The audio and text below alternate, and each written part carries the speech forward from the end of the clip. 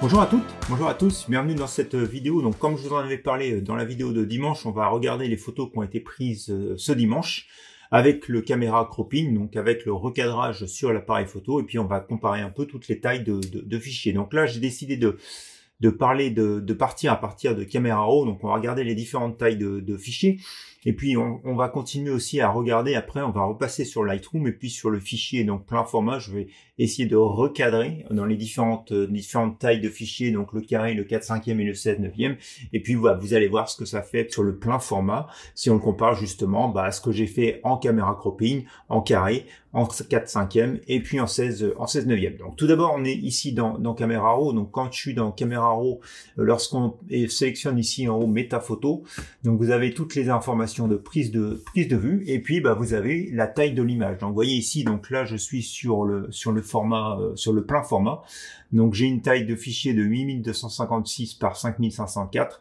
ce qui me donne 63,35 mégaoctets, et ce qui correspond en fait sur mon appareil photo à 45,4 mégapixels. Si je regarde un peu plus loin, donc ici, j'ai la photo qui a été prise au carré. Donc vous voyez qu'au carré, on a une dimension de 5504 par 5504 contre eux. On avait 8256 par 5504. Donc vous voyez, on a réduit finalement la taille du fichier. On est passé d'un fichier qui faisait 63 mégaoctets à un fichier maintenant qui ne fait plus que 43 mégaoctets. Et donc si on multiplie ces pixels, donc les 5504 par 5504, on tombe grossièrement sur une image qui va être aux alentours de 30 mégapixels. Donc on a diminué quelque part la qualité de la photo. Et donc on pourrait regarder de la même manière sur le 4/5e qui est ici juste à côté, donc c'est 1880 par 5504. Et puis on doit avoir le 16/9e qui est quelque part ici. Voilà. Donc vous voyez, à chaque fois, on a changé finalement à la fois la dimension de l'image, mais aussi le poids du fichier, la taille du fichier, et donc en fait on a aussi la résolution qui a diminué lorsqu'on a fait le caméra cropping. Alors juste pour information, lorsque vous êtes dans Camera Bridge, si vous sélectionnez donc le tri par liste, que vous faites clic droit, donc vous pouvez afficher tout un tas d'informations sur l'image. Donc les notes, j'en ai pas, les libellés, j'en ai pas, donc je vais les supprimer. Et donc on a gardé donc la taille du fichier et puis sa dimension. Et donc si vous faites ici un tri par, donc on va faire justement dimension. Donc vous voyez, en fait, il crée donc tous les fichiers. Donc on a tous les fichiers ici en début qui sont les fichiers en plein format, qui sont en gros sur une taille de 60 mégaoctets. Et puis donc au fur et à mesure qu'on va changer le format, donc là on a des formats différents, donc on voit tout de suite que le poids du fichier va diminuer. Donc ici on est sur 4/5e, on va passer ici quelque part par là, on va avoir les carrés. Voilà, ici on a une image en carré. Donc on est sur les 5504 par 5504, ici 5504, 5504, donc on est sur le carré. C'est ce que je vous expliquais dans la vidéo de dimanche. Lorsque vous faites du caméra cropping, vous allez finalement réduire la taille du fichier, vous allez réduire la qualité du fichier, et donc vous allez diminuer le nombre de pixels que vous avez en tout dans l'image, puisque vous allez utiliser qu'une petite partie du fichier.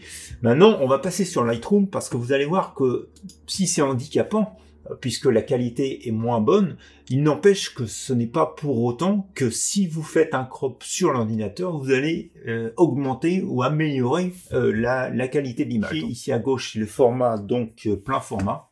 Ici, complètement à droite, c'est le DX, et puis donc au milieu, vous avez le 4/5e, vous avez le carré, et puis vous avez le 16/9e. Donc si je regarde cette image, qui est le plein format, ici, que je vais dans le module de développement, et disons que je veux en faire donc un 4/5e. Donc je vais sélectionner ici, je vais faire un 4/5e, donc je vais sélectionner, disons, mon image comme ceci, je tape Entrée, et donc si je reviens ici dans le module de librairie, et vous voyez que l'image elle est passée en 6880 par 5504, et donc si on compare avec l'image que j'ai pris sur l'appareil photo, vous voyez que la taille croppée est exactement la même. Donc la dimension du fichier de base, forcément, sur le 4/5e pris dans l'appareil photo est déjà en 4/5e. Alors qu'ici, si vous regardez sur ce fichier-là, vous voyez que la dimension de base, c'est la dimension du format plein format, mais que je l'ai recadré pour en faire un 4/5e. Et donc du coup, cette image qui est recadrée, elle va avoir exactement la même définition que finalement l'image initiale. Alors forcément, Si je regarde sur celle que j'ai fait dans la caméra, et ben vous voyez que si je veux recadrer, et ben je peux plus. Tous les pixels qui sont en dehors du cadre donc ont été supprimés. Je peux juste redimensionner, je dirais de manière plus réduite l'image.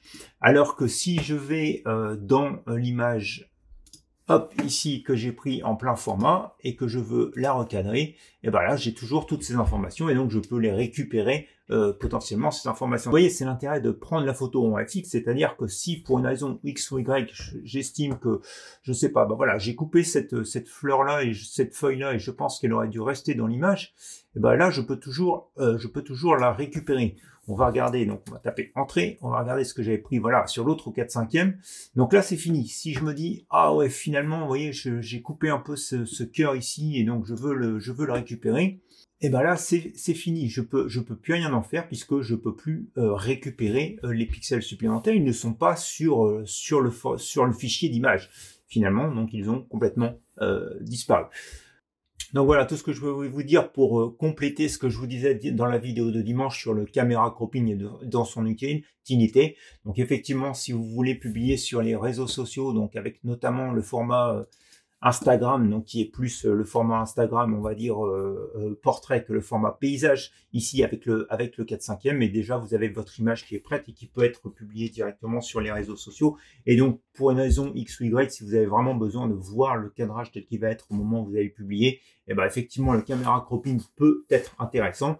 Et puis sinon, si vous repassez par Lightroom, autant garder l'image en plein format et puis s'assurer ensuite que vous allez pouvoir recropper dans Lightroom. Alors, dernière petite chose, comme je vous parlais dans la vidéo de dimanche, qui est assez amusant, c'est qu'on a le caméra cropping qui nous restreint l'image à la prise de vue. Et puis donc maintenant, on a les outils de Photoshop qui nous permettent de générer justement du contenu autour de l'image quand on a fait un cadrage un peu trop serré. Donc si je prends cette photo justement prise en carré, que je vais aller l'éditer dans Photoshop, et donc que je veux la recadrer dans Photoshop, donc je peux augmenter la taille de l'image, par exemple comme ceci, et ici, vous voyez, je vais dire, fais-moi une extension de l'image en me générant de l'image d'autour. Donc je vais taper ici Generative Expand, je vais faire OK. Alors mon Photoshop est en anglais, donc je vais mettre des feuilles de lupin.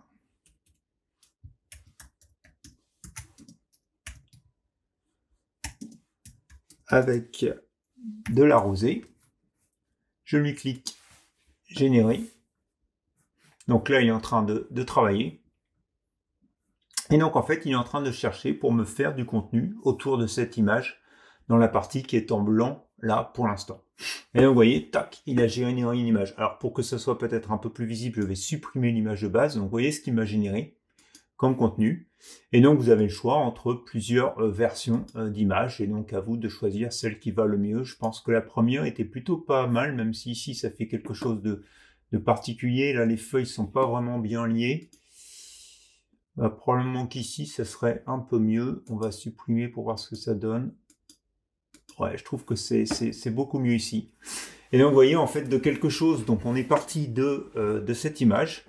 Et donc avec Photoshop, on peut régénérer du contenu autour d'une image. Donc bien sûr, c'est pas forcément ce qu'on a envie de faire, ou du moins c'est pas ce que j'ai envie de faire sur le terrain. Mais vous voyez ici, donc Photoshop a régénéré du contenu autour de mon image.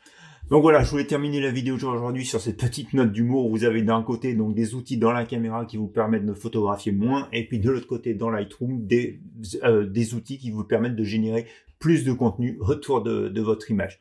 Donc voilà, écoutez, j'espère que cette vidéo qui conclut donc cette séance sur le caméra cropping et donc sur les différents types de cadrage aussi bien dans Lightroom que de Photoshop vous a plu. Si c'est le cas, un petit pouce en l'air, n'hésitez pas à partager la vidéo, à la commenter, et puis moi, il ne reste plus qu'à vous souhaiter une bonne fin de semaine, et puis on se dit à dimanche pour de nouvelles expériences photographiques. Allez, bonne fin de semaine à vous, au revoir.